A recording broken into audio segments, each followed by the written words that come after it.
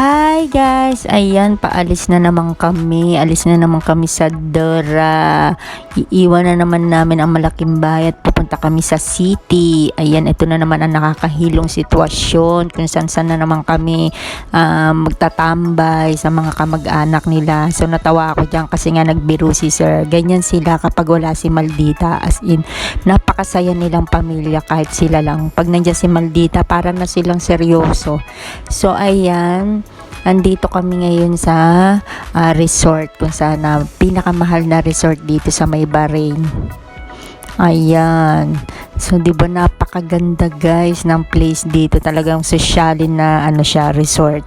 Yung mga dito, kwarto dito parang malaking mga hotel. So ayan, dito secret lang ako nagbibideo, pero kahit secret ako nagbibideo, nahuhuli ako nila, okay lang sa kanila, hindi naman ako sinisita, hindi naman bawal sa kanila, open naman sa kanila. So ayan guys, tignan nyo naman, napakasosyaling resort naman to.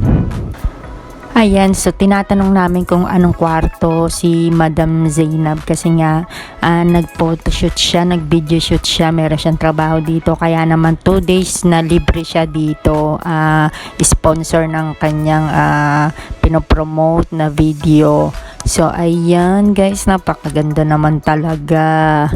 So ayan, tignan nyo naman ang places dito, talagang napaka-romantic, napaka peaceful. Alam niyo ba ang tugtugan dito, yung parang Mona Lisa dating. Tingnan nyo naman, tapos meron pa silang pasasakyan kapag ihahatid ka sa kwarto, pupunta ka ng restaurant, basta hindi ka maglalakad dito kasi napakainit naman talaga dito. Tignan nyo naman guys ang labas ng resort, talaga naman napakaganda. Kung hindi lang talaga mainit dito sa labas, talagang napakaraming taong nagpapapicture dito, nakatambay dito sa labas, kaso lang talagang napakainit dito, hindi ka tatagal sa labas. So yan, papunta na kami sa check-in-an namin sa pinakakwarto nila dito. Ayan, papunta na kami doon kasi nandun si Madam. So ito na ang kwarto ni Madam. So nandyan na siya, tapos na siguro siya mag-photoshoot tsaka mag-video shoot, kaya ito pinapunta na kami, pinasunod na kami dito.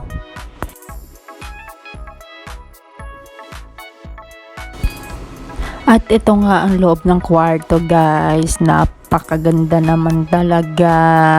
Liguan pa lang, bathtub pa lang, napaka naman sosyalin talaga. Ang sarap matulog sa loob, charot. Ayan, napakaraming salamin. Pag model ka talaga, kailangan mo talaga maraming salamin, no?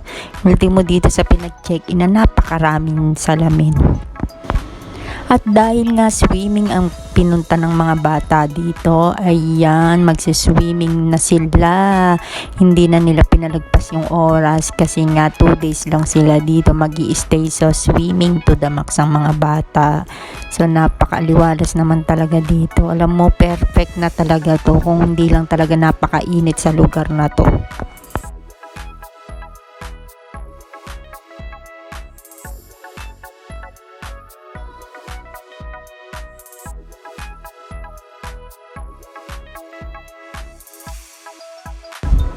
Ayun nga, dahil nga marami na akong gutom, ito konting kain muna ng dito prutas na nakadisplay. So ayan, natapos na silang maligo. Buti naman, pagtapos nilang maligo, mag-order na sila kasi gutom na talaga ako.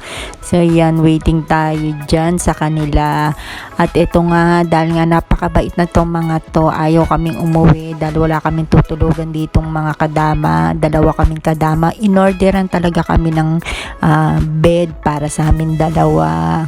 Ayan, para hindi kami mahirapan pagtulog kasi nga napakalamig naman talaga dito, kaya meron kaming tag-isang bed. At syempre pagkatapos nilang maligo, magbanlaw, kain na kami. Kain tayo guys. So ayan, dito hindi naman kasi uso ang laging kanin, hindi katulad sa Pilipinas. Sa Pilipinas, hindi tayo mabubusog kapag wala tayong kanin. Dito naman sa kanila, kahit anong kainin sa kanila dito. Kaya sila paulit-ulit ng kain kasi bihira lang sila magkanin. Siguro isang beses lang sa isang araw. Yung iba talaga isang beses lang sa isang araw. Ang pinakamataas na nakain nila ay 2 beses sa isang araw. So ayun guys, dahil nga tapos ng unang gabi namin dito, ayan, matutulog na kami. So hanggang dito na lang guys, bukas na lang ulit, bye.